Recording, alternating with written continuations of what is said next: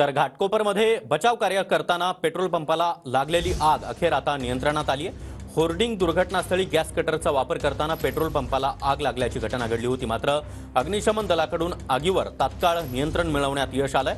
दुर्घटनेला 40 तास उलटल्यानंतर देखील आजही बचाव कार्य सुरूच आहे। होर्डिंग दुर्घटनेमध्ये आतापर्यंत 14 जणांचा मृत्यू झालाय, तर 88 जण जखमी आहेत आणि अद्यापही काही लोक या बॅनर खाली अडकल्याची माहिती एनडीआरएफचे जवान असतील किंवा स्थानिक प्रशासन असेल यांच्याकडून देण्यात आली आहे।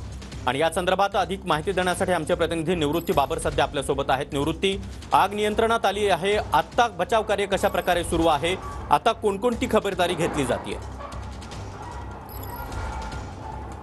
नक्कीच सागर, आपण जर पाहायला गेलं तर 7:45 वाजता जी आहे ती ही आग लागली होती। आग पूर्णपणे जी आहे ती नियंत्रणात आलेली आहे आणि त्यानंतर संपूर्णपणे एनडीआरएफ, अग्निशमन दल आणि मुंबई महानगरपालिकेच्या कर्मचाऱ्यांकडून जे आहे ते या ठिकाणी पुन्हा बचाव कार्य सुरू करण्यात आलेलं आहे, कारण की आणखी काही लोक या होर्डिंग खाली दबल्याचा अंदाज जो आहे तो मुंबई महानगरपालिका आणि एनडीआरएफच्या जवानांना आहे आणि त्यामुळे त्यांना वाचवण्याचं काम जे आहे ते काम संपूर्ण जवानांकडून केलं जात आहे। गेले 41 ते 42 तास झालं हे या सर्व कर्मचाऱ्यांकडून जे आहे ते खबरदारी घेऊन खरं तर हे काम केलं जात होतं, परंतु 7:45च्या दरम्यान अचानक जे आहे ते या ठिकाणी आग लागली होती। परंतु केवळ 10 ते 15 मिनिटांमध्ये अग्निशमन दलाच्या जवानांकडून ही आग जी आहे ती संपूर्णपणे आटोक्यात आणली, कारण की या ठिकाणी खबरदारी म्हणून सुरुवातीपासूनच 15 ते 20 अग्निशमन दलाच्या गाड्या ज्या आहेत ते या ठिकाणी तैनात आहेत आणि आता आपण पाहतोय की जेसीबीच्या आणि मोठ्या क्रेनच्या सहाय्याने जे आहे ते या ठिकाणचं जे सळई असेल निवृत्ती, त्यामुळे या बचाव कार्यावर आपलं लक्ष असणार आहे। वेळोवेळी तुमच्याकडून अधिक माहिती आम्ही घेत राहू। धन्यवाद